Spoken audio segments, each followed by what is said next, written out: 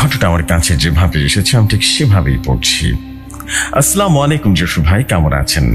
আজকে আবারও চলে আসলাম জসিম কবিরাজের নতুন ঘটনা নিয়ে। তাহলে চলেন বেশি দেরি না করে আমরা ঘটনায় প্রবেশ করি।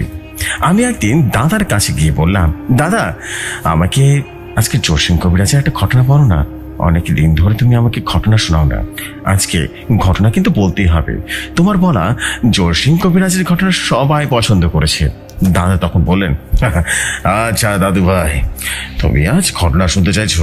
তখন আমি ঘটনা না বলে কি পারি? আচ্ছা তোমাকে অন্যরকম এক ঘটনা শোনাবো। আমি তখন বললাম, না দাদা, আমাকে তুমি জসিম কবিরাজের ঘটনাই বলো, অন্য ঘটনা আমি শুনতে চাই না। দাদা তখন হেসে দিয়ে বললেন, আরে দাদা ভাই, আমি জসিম কবিরাজের ঘটনায় বলবো, কিন্তু আগের মতো না। তুমি তো অনেক মাছ ধরতে চাও শুধু, আর পানিতে যাও, তাই না? আমি তখন বললাম, মাছ ধরতে তো আমরা অনেক ভালো লাগে, কিন্তু তুমি তো যেতে দাও না। দাদা তখন বলল, দাদা ভাই, কেন তোমাকে যেতে দেই না সেটাই আজকে তোমাকে বলবো। ঠিক আছে দাদা ভাই। আমি তখন বললাম, ঠিক আছে দাদা ভাই, তুমি বলো, আমি শুনছি। দাদা তখন বললেন, আমি ঘটনাটি জসিম কবিরাজের কাছ থেকে শুনেছি, তাই তোমাকে আমি জসিম কবিরাজের মতো করে বলছি। বলছেন জসিম কবিরাজ, আমি ঘুমিয়েছিলাম। ঘুমের মধ্যে একটা স্বপ্ন দেখি। স্বপ্নটা এমন ছিল, আমি বিশাল বড় মাঠের মধ্যে দাঁড়িয়ে আছি। মাঠের মধ্যে শুধু ধোঁয়া আর ধোঁয়া, সাদা ধোঁয়া উঠছে, চারিদিকে শুধু সাদা ধোঁয়া। আমি চারিদিকে তাকাতে থাকি, কিন্তু কাউকে দেখতে পাই না। হঠাৎ করে আমাকে চমকে দিয়ে আমার সামনে 7টা ধোঁয়া যেন ঘুরতে থাকে। ধোঁয়ার মধ্যে থেকে 7টা সাদা কাফন পরা লোক যেন বেরিয়ে আসে। এটা দেখে আমি অনেকটা ভয় পেয়ে যাই, পিছিয়ে চলে যাই। হঠাৎ করে কাফনের মধ্য থেকে 7 জন একসঙ্গে উচ্চ স্বরে হাসতে শুরু করলো। আমি তখন তাদেরকে উদ্দেশ্য করে বললাম, তোরা কারা? আমাকে কেন এখানে নিয়ে এসেছিস? কি চাস তোরা? তোরা ভুলে যাস না আমি জসিম কবিরাজ। হঠাৎ করে এই কাফনের মধ্য থেকে একজন রাগী গলায় বলে উঠল, জসিম, আমি জানি তুই কবিরাজ, তোরই পরিচয় আমি জানতে চাইনি। তোকে সাবধান করার জন্য এখানে নিয়ে এসেছি। আমি যা বলছি ভালো করে আমার কথাগুলো শোন। তোর কাছে যদি কেউ আসে সাহায্যের জন্য, ভুলেও তাকে সাহায্য করবি না, কারণ কালকে আমাদেরকে মারার জন্য তোর একজন লোক আসবে, কিন্তু তুই তাকে সাহায্য করবি না। তা না হলে তুই বাঁচবি না। কথাটা ভালো করে মনে রাখবি জসিম। এটা বলে সবকিছু যেন মুহূর্তের মধ্যে অদৃশ্য হয়ে যায়। ঠিক তখনই আমার ঘুমটা ভেঙে যায়। আমি দেখি আমার পুরো শরীর যেন ঘেমে উঠেছে গরমে। আমি তখন লাফ দিয়ে বিছানা থেকে উঠি এবং অজু করে তাহাজ্জুদের নামাজের জন্য দাঁড়িয়ে যাই। তাহাজ্জুদের নামাজ শেষ করে আমি বসে বসে চিন্তা করতে থাকি, এমন স্বপ্ন আমি কেন দেখলাম? তাহলে কি কোথাও কেউ বিপদে পড়েছে যা আমার সাহায্যের দরকার? ঠিক তখনই মসজিদের ফজরের আজান যেন ভেসে আসলো আমার কানে। আমি তখন তার দেরি না করে মসজিদে চলে যাই। আস্তে আস্তে মসজিদে অনেক মুসল্লি হয়ে যায় এবং তারপর আমি ইমামতি করে নামাজ আদায় করি। নামাজ শেষ করে আমি মসজিদে কিছু সময় কোরআন তেলাওয়াত করি এবং তারপরে জিকির করতে করতে বাড়ির উদ্দেশ্যে রওনা দিই। কিছুটা পথ পাড়ি দেবার পরে হঠাৎ করে একজন আমার কাছে চলে আসে। লোকটা অনেক ভয় পেয়েছিল। তার চোখ মুখ দেখেই যেন বোঝা যাচ্ছে লোকটা অনেক বেশি দৌড়ে দৌড়ে হাঁপিয়ে হাঁপিয়ে তখন কথা বলছিল। এবং তাকে উদ্দেশ্য করে বললাম, আরে ভাই, আপনার এইভাবে করে দৌড়াচ্ছেন কেন? কি হয়েছে? কোনো সমস্যা হয়েছে নাকি? আর আপনার কোনো বড় ধরনের সমস্যা হয়েছে নাকি? একটু বলুন তো। লোকটা তখন কাঁপা কাঁপা কণ্ঠে আমাকে বলল, ভাই ভাই আমাকে বাঁচান ভাই, আপনি তো জসিম কবিরাজ, ভাই আমাকে বাঁচান। আমি তখন বললাম, হ্যাঁ ভাই, আমি জসিম কবিরাজ, আপনি চিন্তা করবেন না। কি হয়েছে একটু খুলে বলুন আমাকে। আচ্ছা একটা কাজ করুন, কিছুটা দূরে আমার বাড়িতে, সেখানে চলেন, ঠিক আছে? বাড়িতে গিয়ে তারপর না সব কথা শুনবো। লোকটা তখন বলল, ভাই ভাই আপনি আমাকে বাঁচান ভাই, আমার অনেক বড় সমস্যা ভাই, আমাদেরকে মেরে ফেলবে ভাই। আমি তখন তার হাত ধরে বাড়ির দিকে রওনা দিলাম। কিছুটা পথ যাবার পর আমি আমার বাড়িতে চলে আসি লোকটাকে নিয়ে। তারপর একটা জায়গায় তাকে বসতে পড়ে আমি নিজেও সেখানে বসে পড়ি এবং লোকটাকে এক গ্লাস পানি দিয়ে আমি বলে উঠলাম, ভাই আপনি অনেক হাঁপিয়ে গেছেন, পানির গ্লাসটা শেষ করে নেন, তারপর বলেন আপনার কি সমস্যা। লোকটা তখন ঢক ঢক করে পানি গিলে ফেললো এবং গ্লাসটা শেষ করে ফেললো এবং তারপর বলা শুরু করলো। বলছেন লোকটা, আমার নাম রফিকুল ইসলাম, আমার বাড়ি পাশের গ্রামে। আমি আমার গ্রামের মসজিদের মুয়াজ্জিন। আমি তখন বললাম, মাশাআল্লাহ, আপনি তো তাহলে অনেক কিছু জানেন, তাহলে আপনার কি সমস্যা হয় ওয়াজির সাহেব? রফিক নামে সেই মধ্যবয়স্ক লোকটা বলল, ঘটনাটা অনেকদিন আগে থেকে, প্রায় 1.5 মাস আগে। একদিন অনেক বৃষ্টি হচ্ছিল। আমি মাছ ধরতে অনেক পছন্দ করি, তাই বৃষ্টির মধ্যে মাছ ধরার জন্য জালটা নিয়ে নদীর ঘাটে চলে যায় মাছ ধরবার জন্য। ভালোই মাছ ধরছিলাম। জাল ফেলা মাত্রই অনেকগুলো মাছ যেন উঠে আসছিল বৃষ্টির জন্য, এবং নদীর চারিদিকে ঘুরে ঘুরে জাল ফেলছিলাম এবং ভালোই মাছ পাচ্ছিলাম। কিছু সময় পরে আমি দেখতে পাই অনেক বড় একটা মাছ নদীর কিনারে ভেসে আছে। মাছটা দেখতে খুব সুন্দর ছিল। মাছটা ছিল গজার মাছ। মাছটাকে দেখে আমি আর লোভ সামলাতে পারলাম না। আমি তখন মাছটাকে উদ্দেশ্য করে আমার জালটা ছুঁড়ে মারি এবং সঙ্গে সঙ্গে জালের মধ্যে মাছটা যেন আটকে যায়। আমি তখন আস্তে আস্তে জালটার উপরে উঠাতে থাকি, কিন্তু অবাক করা বিষয় হচ্ছে, আমি যখন জালটা টানতে টানতে উপরে তুলছিলাম আমার অনেক কষ্ট হচ্ছিল, কারণ মাছটা অনেক বেশি লাফালাফি করছিল। মাছটা এতটা বড় ছিল না যে তার গায়ে এত শক্তি থাকবে, কিন্তু তারপরেও কেন জানি আমার অনেক কষ্ট হচ্ছিল। আমি অনেক কষ্ট করে মাছটাকে আমি পানি থেকে তুলে নিয়ে আসি। আমার অনেক আনন্দ লাগছিল, কারণ অনেক অনেক বছর পর আমি আজকে একটা গাজার মাছ পেয়েছি। আমি তখন জাল থেকে মাছটা বের করতে যাই। আস্তে আস্তে করে আমি জাল থেকে মাছটা বের করে ফেলি। মাছ তখন অনেক বেশি লাফালাফি করছিল। মাছের শরীরের শক্তি কোথা থেকে যেন চলে এসেছিল। মাছটা তখন লাফালাফি করতে থাকে। আমি 2 হাত দিয়ে মাছটাকে ধরে রাখতে পারছিলাম না। আমার অনেক বেশি রাগ করছিল মাছটার উপরে। আমি তখন রাগের মাথায় আমার সাথে থাকা একটা লোহা দিয়ে মাছটার মাথার উপরে যেন আঘাত করতে থাকি। তখনই মাছটার মাথায় লোহা দিয়ে আঘাত করি। তখনই চারপাশে কেমন জানি বাতাস বইতে শুরু করলো। আমাকে বিদ্যুৎ চমকাতে থাকে এবং চতুর্থ পাশ থেকে কেমন যেন একটা গুমরানির মতো আওয়াজ ভেসে আসলো। বৃষ্টির প্রবণতা যেন আরো বাড়তে থাকে। আমি এসবে তেমন কোনো পাত্তা দিই না এবং লোহা দিয়ে আঘাত করার কারণে মাছটা যেন ছটফট করতে করতে মারা যায়। তখন বৃষ্টির প্রবণতা যেন তীব্র হতে থাকে। চারদিক থেকে কেমন যেন একটা আওয়াজ ভেসে আসতে থাকে। মনে হচ্ছিল কেউ যেন রাগান্বিত কণ্ঠে কিছুটা বলছে আমায়, কিন্তু বৃষ্টির এত তীব্র গতিতে কিছুই শুনতে পাচ্ছিলাম না। আমার কাছে কেমন যেন ব্যাপারটা ভয় ঢুকে যায়। আমি তখন আর দেরি না করে সেখান থেকে মাছটাকে আমার থলের মধ্যে ভরে বাড়ির দিকে রওনা দিই। কিছুটা যাওয়ার পর আমি অবাক হয়ে যাই, কারণ আমি দেখলাম আমার চতুর্দিকে শুধু পানি আর পানি, কোথাও কোনো রাস্তা নেই। সবকিছু যেন ভেসে যাচ্ছে পানিতে। আমি যেদিকে তাকাই শুধু পানি আর পানি দেখতে পাই। আস্তে আস্তে আমার মাজা পর্যন্ত পানি চলে আসে। আমি কি করব কিছুই বুঝে উঠতে পারছিলাম না। আমি অবাক হয়ে যাই যে এত এত তাড়াতাড়ি পানি কিভাবে আসলো। আমি তখন চিৎকার করতে থাকি যেন আশেপাশের মানুষ আমাকে সাহায্য করে, কিন্তু কোথাও কোনো সারা শব্দ নেই। আমি চিৎকার করতে করতে একটা সময় ক্লান্ত হয়ে যায়। হঠাৎ করে আমি লক্ষ্য করলাম আমার চারপাশে 4টা গজার মাছ ভাসছে। মাছগুলোর চোখ যেন একদম লাল হয়ে গেছে। মনে হচ্ছে এখনই যেন আমাকে ছিঁড়ে খেয়ে ফেলবে। এতটাই রাগান্বিত দৃষ্টিতে আমার দিকে তাকিয়ে আছে। এটা দেখে আমি অনেকটা ভয় পেয়ে যাই, কারণ চারদিকে 4টা গজার মাছ লাল চক্ষু দিয়ে আমার দিকে তাকিয়ে আছে। হঠাৎ করে কেউ একজন অদৃশ্য ভাবে বলে উঠল, এই অপরাধ ছিল আমার ছেলের। তুই আমার ছেলেকে কেন হত্যা করলি? রফিক, আমি তোর বংশ নির্বংশ করে দেব জানোয়ারের বাচ্চা। তুই আমার নিষ্পাপ ছেলেটাকে হত্যা করেছিস, আমিও তোর ছেলেকে হত্যা করবো রফিক। তুই সাবধানে থাকিস, তোর চোখের সামনে সবাইকে এক এক করে হত্যা করবো, মাথায় রাখিস। আমি চাইলে এখনই তোকে মেরে ফেলতে পারি, কিন্তু না, এখনই তোকে মারবো না, কারণ এখন যদি তোকে মারি তাহলে তোর ছেলে হারানোর বেদনা তুই বুঝবি না। তোর তো একটা ছেলে, একটা মেয়ে আছে, তাই না? আমি তখন আতঙ্কিত হয়ে উঠলাম এবং আতঙ্কিত কণ্ঠে বলে উঠলাম, কে কে কথা বলছেন? আমি কি করেছি? আপনার ছেলেকে হত্যা করেছে কে? আমাকে যেতে দিন, আমি কিছু করিনি, আমি কাউকে হত্যা করিনি, আমাকে যেতে দিন। কি সব উল্টাপাল্টা বলছেন আপনারা? আপনারা বুঝতে পারছি না, আমি কাউকে হত্যা করিনি, বিশ্বাস করুন। আর আপনি বা কে আমাকে একটু বলুন তো, আপনাকে কেন দেখতে পাচ্ছি না? কোথায় আপনি? সামনে আসুন। ঠিক তখনই চারদিকে যেন চারটা গজার মাছ ধারালো দাঁত দিয়ে আমার উপরে হামলা করে বসে। আমি ছোটার জন্য এপাশ ওপাশ করতে থাকি, কিন্তু কোথাও যেতে পারি না। চারদিকে পানি আর পানি, আমার গলা পর্যন্ত শুধু পানি আর পানি। আমি কিছুই যেন দেখতে পাচ্ছিলাম না। মনে হচ্ছিল এখন আমি ডুবে যাব। পানির নিচ থেকে মাছগুলো আমাকে ঠুকরে ঠুকরে খাওয়ার চেষ্টা করছে।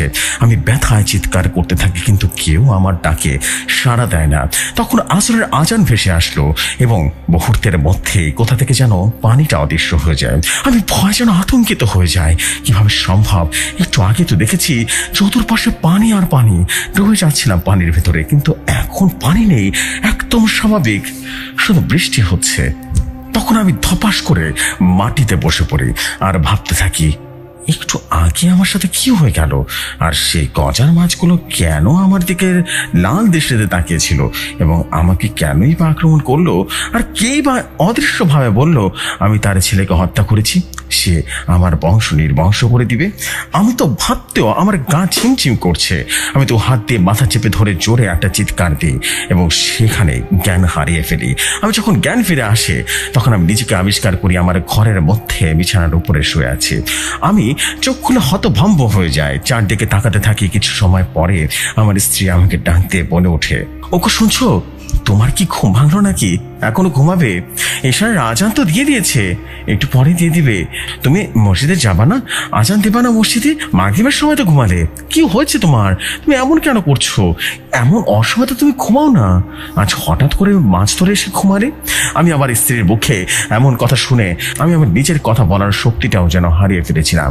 আমি আর কিছুই যেন বলতে পারছিলাম না। এমনিতে শরীরটা খারাপ লাগছিল। আমি তখন আমার স্ত্রীকে বললাম, না তেমন কিছু না, শরীরটা তো খারাপ লাগছিল তো, এখন যাবো আমি মসজিদে, তুমি চিন্তা করো না। আমি আর কাউকে কিছুই বলে দিলাম না। আমি তখন বিছানা থেকে উঠে অজু করে মসজিদের উদ্দেশ্যে রওনা হই। আমি ভাবতে থাকি আমার সঙ্গে আজকে কি হয়ে গেল, এমনটা কেন হলো আমার সঙ্গে? আমার পেছনে কি কোনো বদ জিন পড়েছে? ঘটনা কি? কারণ আমার সাথে যা হচ্ছে জিন ছাড়া কখনো সেটা সম্ভব নয়, কিন্তু আমি কি এমন করেছি তার জন্য জিনরা আমার পিছু নিয়েছে? পিছিয়ে বা পড়ে থাকবে কেন? বাড়ি থেকে মসজিদের দূরত্ব 10 মিনিটের রাস্তা। গ্রামের মধ্যে বাড়ি এবং মসজিদ থাকায় আমাকে মসজিদে যেতে হতো এবং জঙ্গলের মধ্যে দিয়ে ছোট্ট একটা রাস্তা দিয়ে যেতে হতো। গ্রামের পরিবেশ কেমন হতে পারে বুঝেনি তো আপনারা। এবং কিছুক্ষণ যাবার পর হঠাৎ করে আমার কানে কেমন যেন একটা আওয়াজ ভেসে আসতে থাকে। আমার মনে হচ্ছে যে আমার পেছনে অন্য কেউ আসছে। আমি তখনই পেছনে ঘুরে তাকাই এবং আমি দেখি আমার পিছনে কেউ নেই এবং কোনো শব্দ নেই, শুধু সবকিছুই আগের মতো স্বাভাবিক হয়ে যায়। তখন আমি আমার মনের ভুল ভেবে আবারও সামনের দিকে যেতে থাকি। কিছুটা যাবার পর আবারও আমার কানে শব্দ ভেসে আসতে থাকে। শব্দটা এমন ছিল যদি কাউকে লোহা দিয়ে আঘাত করা হয় তাহলে যেমনটা শব্দ হবে ঠিক তেমনটা শব্দ হচ্ছিল। এবং আমার পেছনে মনে হচ্ছিল একজন নয়, দুজন নয়, কয়েকজন আসছে। আমি যতই সামনের দিকে এগোতে থাকি ততই শব্দটা যেন তীব্র হতে থাকে। আস্তে আস্তে পায়ের চলাচলের শব্দটা যেন আরো জোরে জোরে আওয়াজ করতে থাকে। হঠাৎ করে আমার ঘাড় কারো গরম নিঃশ্বাস পড়তে থাকে। আমি তখন আমার হাত দুটো দিয়ে কান চেপে ধরি এবং সেখানে থমকে দাঁড়িয়ে পড়ি এবং বলে উঠে, কে কে এমন শব্দ করছেন? হ্যাঁ, আমার পেছনে কে? হ্যাঁ, কে বা কারা? সামনে আসুন, কি চান আপনারা? খুলে বলুন আমাকে। আমি তখন আমার কান হাত দিয়ে সরে ফিরি। কোথাও কোনো সারা শব্দ নেই, সবকিছু যেন আগের মতোই স্বাভাবিক। আমি তখন অবাক হয়ে পিছনে তাকাই এবং দেখি সেখানেও কেউ নেই। আমি তখন অনেকটাই ভয় পেয়ে যাই, কারণ এখানে একটু আগে প্রচন্ড গতিতে শব্দ ছিল, অনেক মানুষের পায়ের আওয়াজ ছিল, কারো গরম নিঃশ্বাস আমার ঘাড়ে এসে পড়েছিল। কিন্তু এখন কিছুই নেই, কিভাবে সম্ভব? বারবার তো মনের ভুল হতে পারে না। আমি তখন আমার শরীরটা বন্ধ করে দ্রুত মসজিদে চলে যাই। মসজিদের মধ্যে প্রবেশ করে আমি দেখতে পাই ইমাম সাহেব বসে বসে কোরআন তেলাওয়াত করছেন। আমি তখন তাকে সালাম দিয়ে আজান দেওয়ার জন্য সেই জায়গায় চলে যায়। তারপরে সুন্দরভাবে আজানটা শেষ করলাম এবং মসজিদে 2 রাকাতে সুন্নাত নামাজ আদায় করে কোরআন তেলাওয়াত করতে বসে পড়ি। আস্তে আস্তে মুসল্লিরা আসতে থাকে। কিছু সময় পর নামাজের সময় হয়ে গেলে ইমাম সাহেবের নেতৃত্বে আমার এশার নামাজটা আদায় করি। নামাজ শেষ করে ইমাম সাহেব আমাকে বললেন, কি অবস্থা রফিক সাহেব, কেমন আছেন? আসরের সময় আসলেন না কেন? কোনো সমস্যা হয়েছিল নাকি? কোথাও গিয়েছিলেন? আর আপনার বুকে এত চিন্তার চাপ কিসের? আমি খুলে বলুন।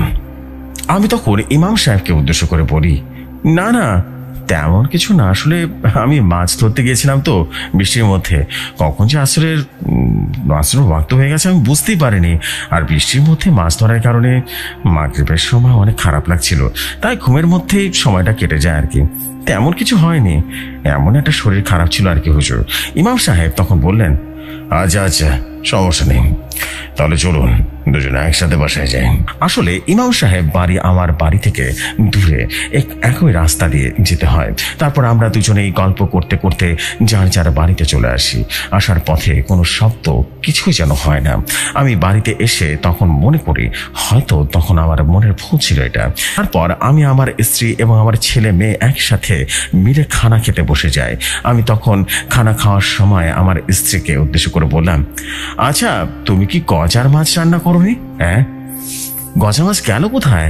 আমার স্ত্রী তখন আমার দিকে তাকিয়ে অবাক দৃষ্টিতে তাকিয়ে বলল, কি বলো তুমি?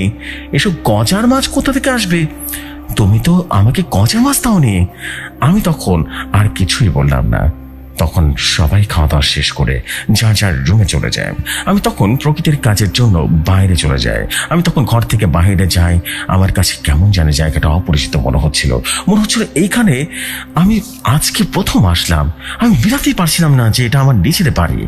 আমি দেখি আমার বাড়ির চারপাশে বিশাল বিশাল অন্ধকার গাছ বললাম এই কারণ গাছের মতোই ঝড়ঝাপটা হয়ে আছে, বিশাল বড় বড়। হঠাৎ করে সে অন্ধকার ঝড়ঝাপটার মধ্য থেকে লাল লাল চোখ বেরিয়ে আসলো, অনেকগুলো বেরিয়ে আসলো। কেমন যেন কিচিরমিচির আওয়াজ করতে আসতে থাকে চারিপাশ থেকে। হঠাৎ করে আমি দেখি যে চারটা ঝড়ঝাপটার মধ্য থেকে চারটা বামন আকৃতির মানুষ বেরিয়ে আসলো আর আমার দিকে তাকিয়ে ওরা ভয়ঙ্কর ভাবে হাসতে থাকলো, বিভৎস এক হাসি। আমি দেখি হঠাৎ করে আর আস্তে আস্তে ওদের রূপ পরিবর্তন করতে থাকলো। চার চড়ে চার রকম রূপ পরিবর্তন করলো। একজন নেকড়ের রূপ নিল, একজন সিংহের রূপ নিল, একজন শিয়ালের রূপ নিল, একজন বিশাল দেহের রূপ ধারণ করলো। তাদের প্রত্যেকের জনের মুখ থেকে তাজা রক্ত যেন বেরিয়ে আসতে থাকে। তাদের রূপ এতটাই জঘন্য ছিল, এতটাই ভয়ঙ্কর ছিল যে আমি তখন চোখ বন্ধ করে বিশাল জোরে একটা চিৎকার দিয়ে উঠি। আমার চিৎকার শুনে ঘর থেকে তাড়াহুড়ো করে আমার স্ত্রী এবং সন্তানেরা বের হয়ে আসে। আমার স্ত্রী যখন আমার কাছে চলে আসলো আর বলল, ওকে কি হয়েছে তোমার? তুমি এইসব এমন ভাবে চিৎকার করছো কেন? কি হয়েছে তোমার? আমি তখন ভীত গলায় কাঁপা কাঁপা কণ্ঠে আমার স্ত্রীকে বললাম, তুমি কি কিছু দেখতে পাচ্ছ না? সামনে তাকিয়ে দেখো। আমার স্ত্রী তখন বলে উঠলো, তুমি কি পাগল হয়ে গেছো নাকি? সামনে তো আমি কাউকে দেখতে পাচ্ছি না, তুমি কি দেখছো? ভালো করে তাকিয়ে দেখো তো। আমি তখন আস্তে আস্তে চোখ খুলে সামনে তাকিয়ে হতভম্ব হয়ে যায়, কারণ সামনে কিছুই ছিল না। তাহলে কোথায় গেল ওরা? আমি একটু আগেই ওদের বিভৎসশীর রূপ দেখে প্রচন্ড পরিমাণে ভয় পেয়ে গেছিলাম। চোখের পলকে সবকিছু কিভাবে উভা হয়ে গেল। আমার স্ত্রী তখন আমাকে আবারও বলল, আচ্ছা তোমার কি হয়েছে? দেখছি বারবার তুমি মাছ মেরে আসার পর থেকে তুমি স্বাভাবিক নেই।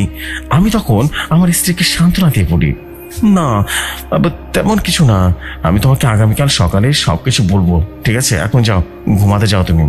আমার স্ত্রী তখন আমার কথা মতো তার ঘরে চলে যায়। আমি তখন আমার শরীরটা বন্ধ করে নিই এবং তারপর আস্তে আস্তে ওয়াশরুমের দিকে যেতে থাকি। হঠাৎ করে আমার মনে হচ্ছিল কেউ একজন আমার ঘাড়ের উপরে গরম নিঃশ্বাস ফেলছে এবং ফিস ফিস করে আমাকে উদ্দেশ্য করে বলছে, রফিক চল এখন আমরা মাছ ধরতে যাই। গজার মাছ ধরবি না? গজার মাছ? জানোয়ারের বাচ্চা, তোকে গজার মাছ খাওয়াবো আমি, গজার মাছ। আমি তখন সেখানে ছায়ামূর্তিটা লক্ষ্য করলাম দাঁড়িয়ে আছে। আমি তখন কি করব কিছু যেন বুঝে উঠতে পারছি না।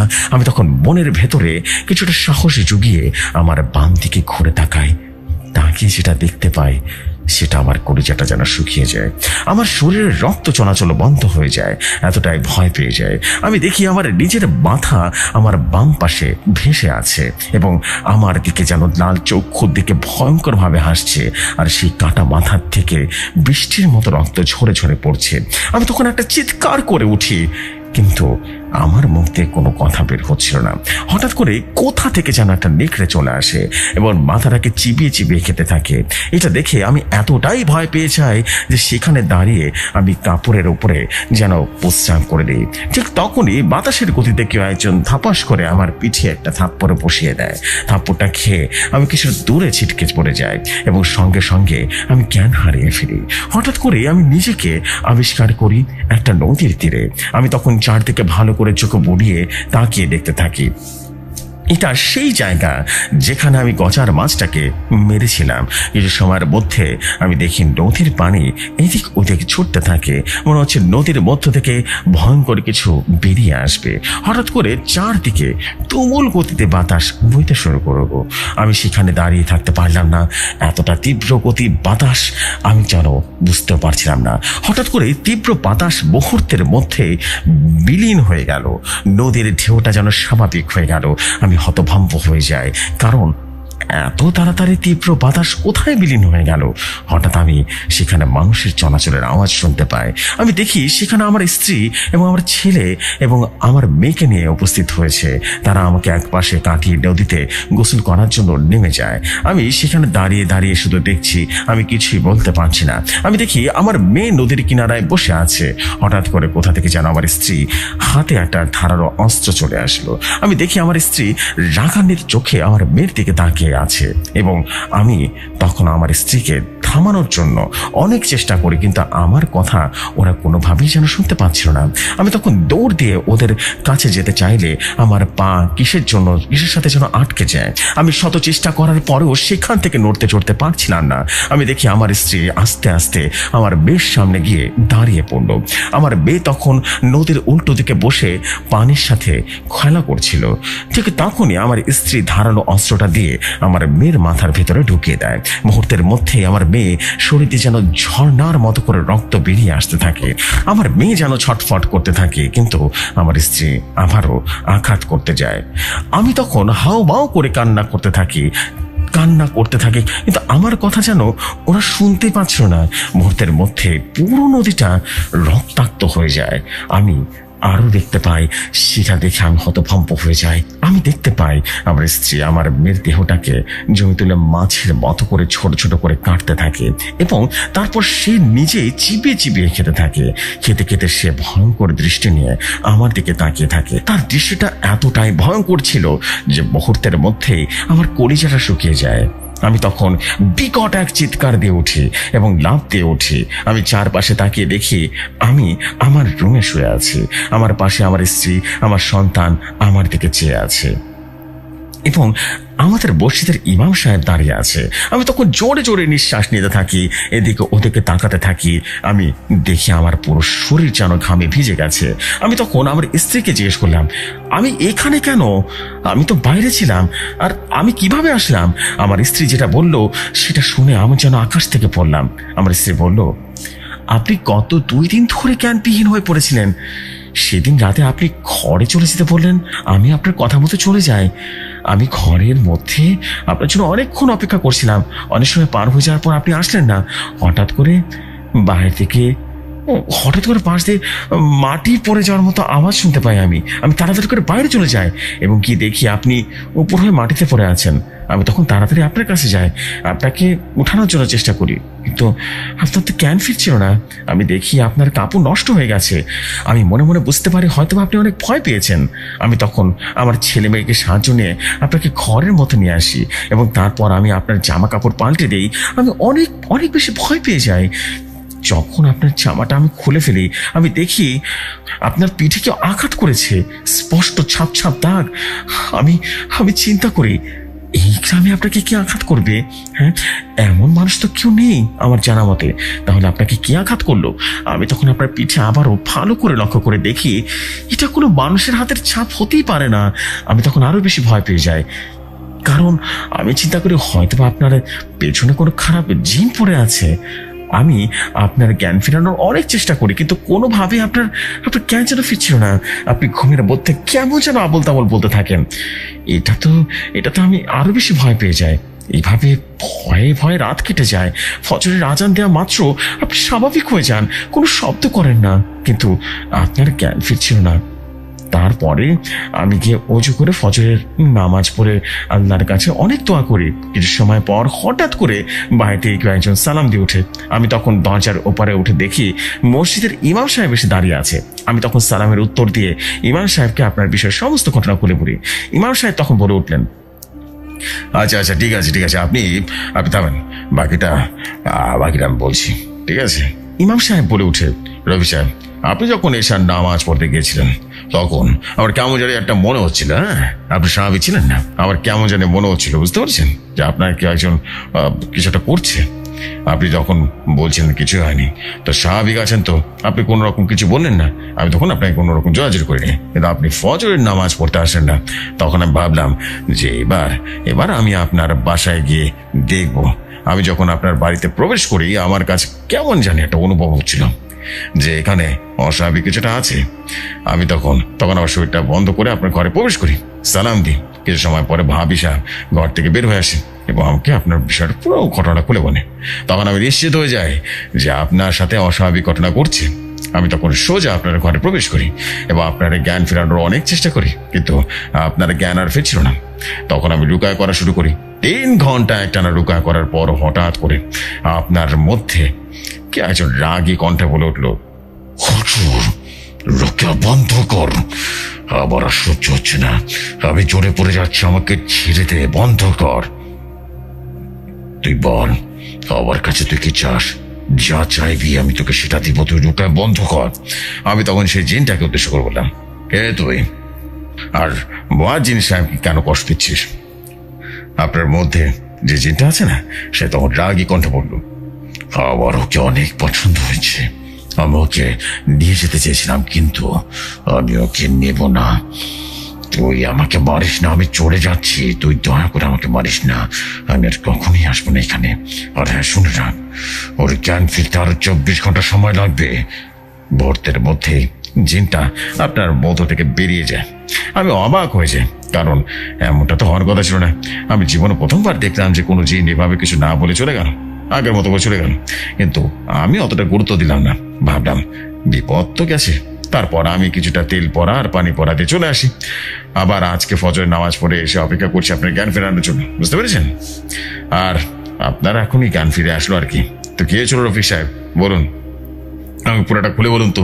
আর বললাম, হুজুর, আমি নিজেও জানি না এসব আমার সাথে কি হচ্ছে, আমি কিছুই বলতে পারবো না হুজুর। আমি তাদের কাছে এইগুলো কিছুই প্রকাশ করলাম না।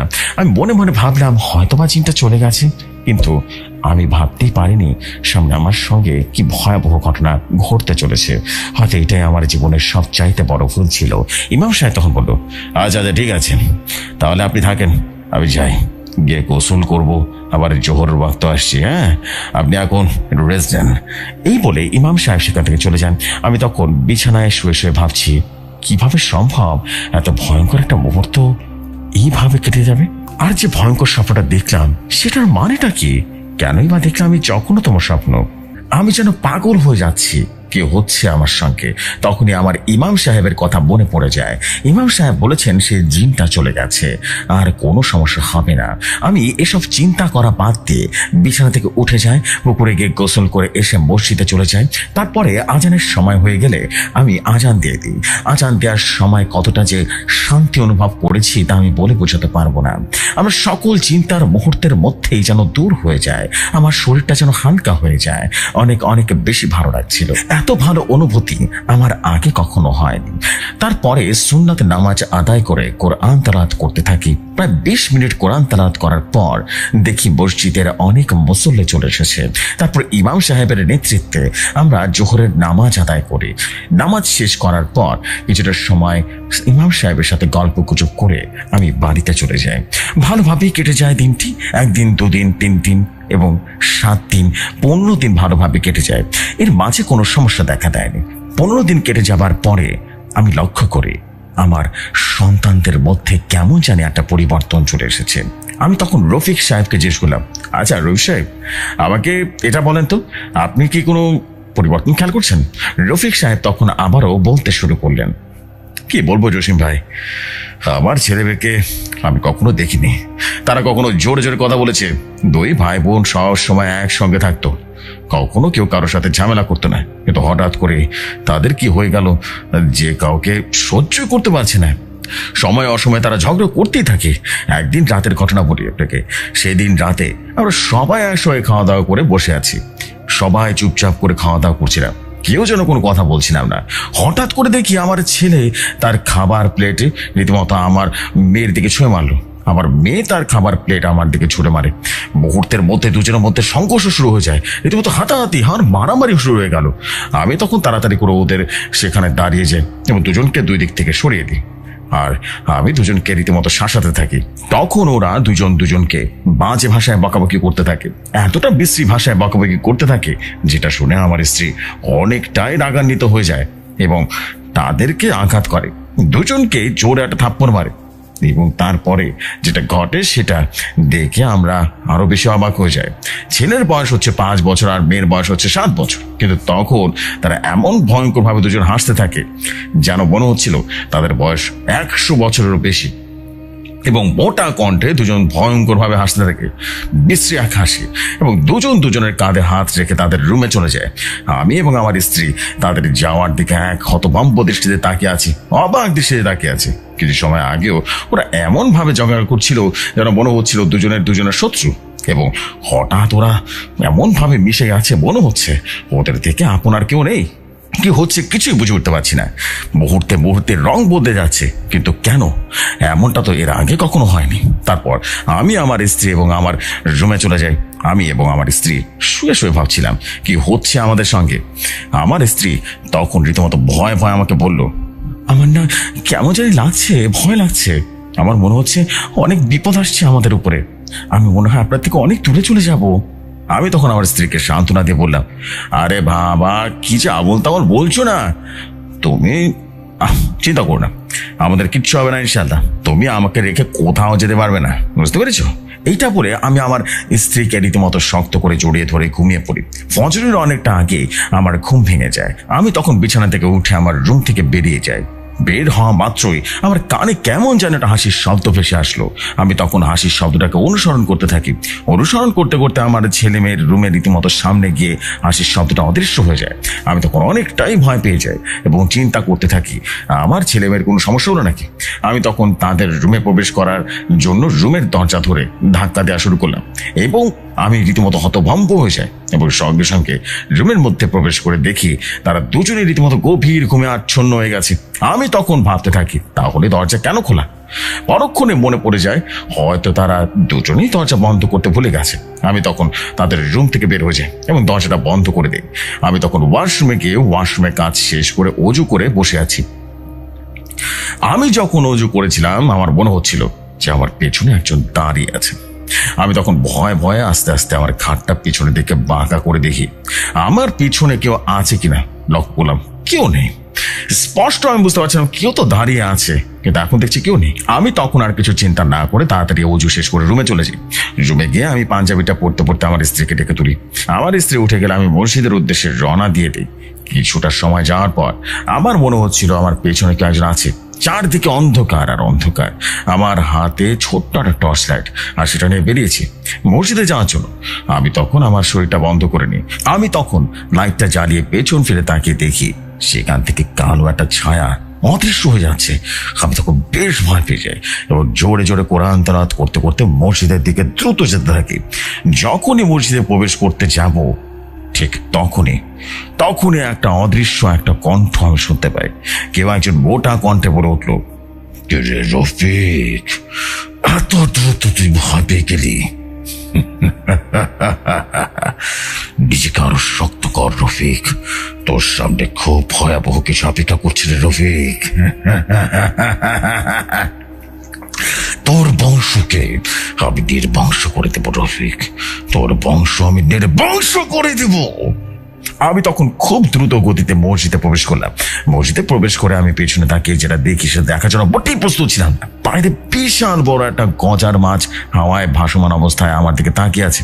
তার চোখ দুটো ছিল একদম রক্তলাল। গজার মাছটা তখন ভয়ঙ্কর ভাবে হাসতে হাসতে কালো ধোঁয়ার হয়ে একেবারে অদৃশ্য হয়ে যায়। এত ভয়ঙ্কর দৃশ্য দেখে আমি আর দাঁড়িয়ে থাকার ক্ষমতা রাখতে পারিনি। ধপাস করে সেখানে বসে আমি জানি পাগল হয়ে যাচ্ছিলাম একেবারে। মনে হচ্ছিল পুরো দুনিয়াটা ঘুরছে আমার চারপাশে। তখনই চারপাশ দিয়ে রীতিমতো ফজরের আজান ভেসে আসতে থাকে। তখন ইমাম সাহেব চলে আসে। আমাকে এই অবস্থায় দেখে ইমাম সাহেব দ্রুত আমার কাছে আসে এবং এসে বলে, রবি সাহেব, কি হয়েছে আপনার? রবি সাহেব, আপনি কি আমার কথা বুঝতে পারতেছেন? আপনার এই অবস্থা কেন? এভাবে পড়ে আছেন কেন? আপনার কি হয়েছে সত্যি করে বলেন, আমার বলেন। আমি তখন ইমাম সাহেবকে জড়িয়ে ধরে কান্না করে দিই। ইমাম সাহেব আমাকে সান্ত্বনা দিয়ে বলে উঠলো, রবি সাহেব, আপনি শান্ত ভিতরে গিয়ে বসেন, আমি ফজরের আজানটা শেষ করে আসছি, কেমন? ইমাম সাহেবের কাঁধে হাত দিয়ে আমি আর ইমাম সাহেব মসজিদের ভিতরে চলে যাই। আমাকে বসিয়ে রেখে ইমাম সাহেব আজান দিতে চলে যায় এবং আমি বসে বসে ইমাম সাহেবের মধুর সুরের আজান শুনছিলাম। মাশাআল্লাহ, কি মধুর সে সুর! আমি যেন এক মন্ত্রমুগ্ধের মতো ইমাম সাহেবের আজান শুনছিলাম। কিছুটা সময় পর আজান শেষ হয়ে গেল। ইমাম সাহেব আমার পাশে এসে আমাকে জিজ্ঞেস করলেন। আমি তখন বলা শুরু করলাম। শুরু থেকে শেষ পর্যন্ত সবকিছু বললাম। ইমাম সাহেবকে সমস্ত ঘটনা বলে বললাম। ইমাম সাহেব আমার সমস্ত ঘটনা শুনে কিছুটা চুপ করে থাকলেন এবং আমাকে বললেন, রবি সাহেব, আমি বুঝতে পারছি কি হয়েছে, এখন বলবো না, আগে ফজরের নামাজটা শেষ করে নিই। সবাই চলে গেছে, সবাই চলে এসেছে, বুঝতে পেরেছেন? তারপর আমরা সবাই একসাথে ফজরের নামাজ আদায় করি। নামাজ আদায় করে ইমাম সাহেব আমাকে বললেন, রবি সাহেব, আপনার সমস্ত কথা শুনে আমার এটাই মনে হইতেছে সেদিন মাছ ধরতে গিয়ে কোথাও কিছু একটা হয়েছে, যেটার জন্য কোনো ভয়ঙ্কর জিন আপনার পিছু পড়েছে। আমি কোনো কবিরাজ না রবি সাহেব, তবে আমি চেষ্টা করবো এখন আপনার সঙ্গে আপনার বাড়িতে গিয়ে জিটাকে হাজির করার, কেমন? তবে আমি আপনাকে এখন একজনের ঠিকানা দিচ্ছি, যদি ব্যর্থ হয়ে যায় তাহলে আপনি সোজা ওই ঠিকানায় চলে যাবেন, কেমন?